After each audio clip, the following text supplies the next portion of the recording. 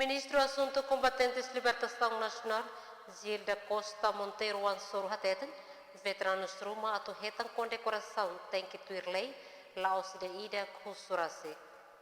Ministro Assunto Combatentes Libertação Nacional, Zilda Costa Monteiro Ansoro, a questão neba jornalista, bem remata ao encontro com o Presidente da República, José Ramos Horta, e o Palácio Presidencial Nicolau Lobato Barupite Hateten.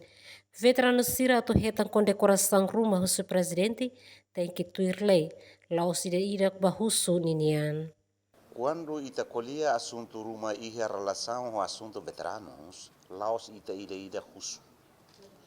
Tem que ter regra sira, mas a cara que nem a combatente ida tem que lhe usar registro.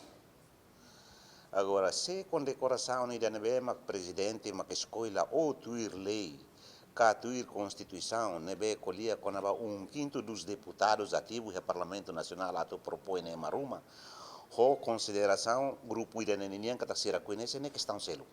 Mas bem Laos ita indivíduo ida mak bahusu, no Laos ida calor e organização roma bahusu para presidente ato condecora ne regra nessa ne laia.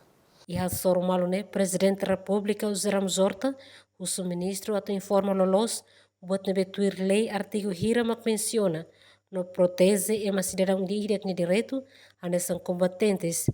Nebe bele retan condecoração no diploma no direito ba pensão. Foi na lais ex-prisioneiro de Chipinan, o município Bocau, o presidente da República, José Ramos Horta, o primeiro-ministro Carela Sanana Guzmão.